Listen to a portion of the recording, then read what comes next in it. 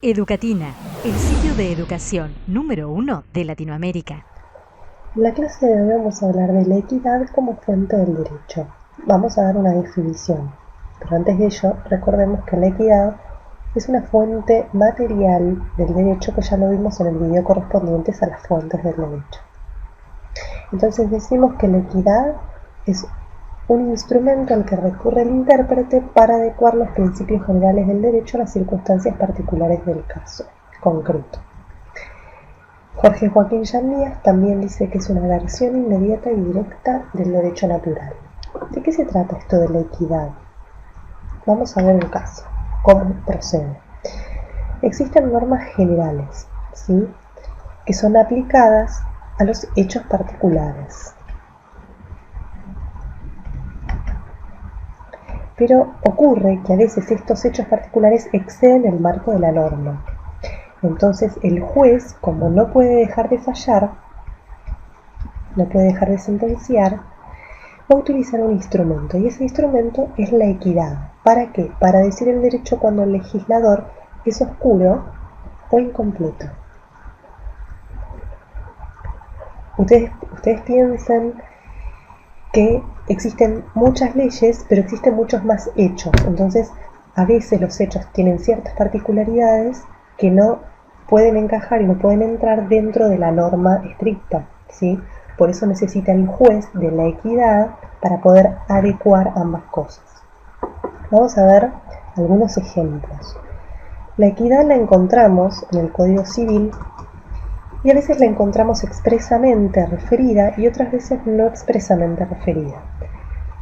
Un ejemplo de cuando aparece expresamente referida la equidad es el artículo 907 del Código Civil, que más o menos nos dice que si por un hecho involuntario una persona causa un daño a los bienes de otras personas y además existe un enriquecimiento por parte de ese autor, el juez puede establecer un resarcimiento fundado en razones de equidad.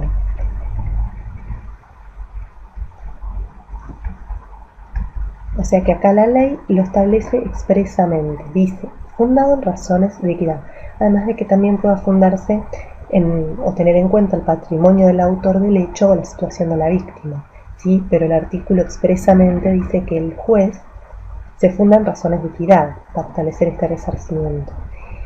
Y en los casos que no está expresamente referida, tenemos el ejemplo del artículo 522 del Código Civil, que nos dice que el juez puede establecer una indemnización por responsabilidad contractual, ¿sí?, y condenar por daño moral.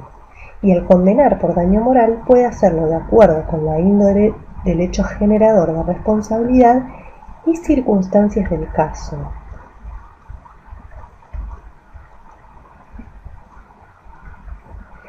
Aquí en este artículo la equidad no está expresamente referida, pero sí nos damos cuenta cómo el artículo trae a colación la equidad, ¿sí?, porque habla de circunstancias del caso. Entonces va a ser el juez el que va a tener que tener en cuenta las circunstancias del caso para aplicar el derecho. Vamos a ver un repaso.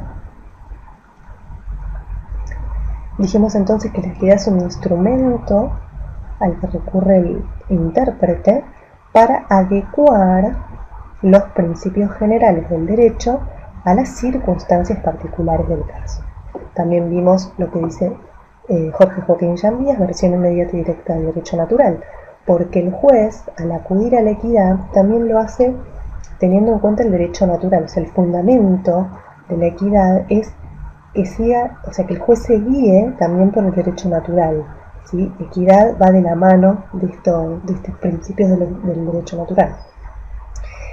Vimos que ocurre, ¿sí?, cuando la norma general es demasiado acotada y el hecho particular lo excede, el instrumento que utiliza el juez, la equidad y los ejemplos. Bueno, espero que les haya servido la clase de hoy y nos vemos la próxima. Educatina te recomienda los siguientes videos para que sigas aprendiendo.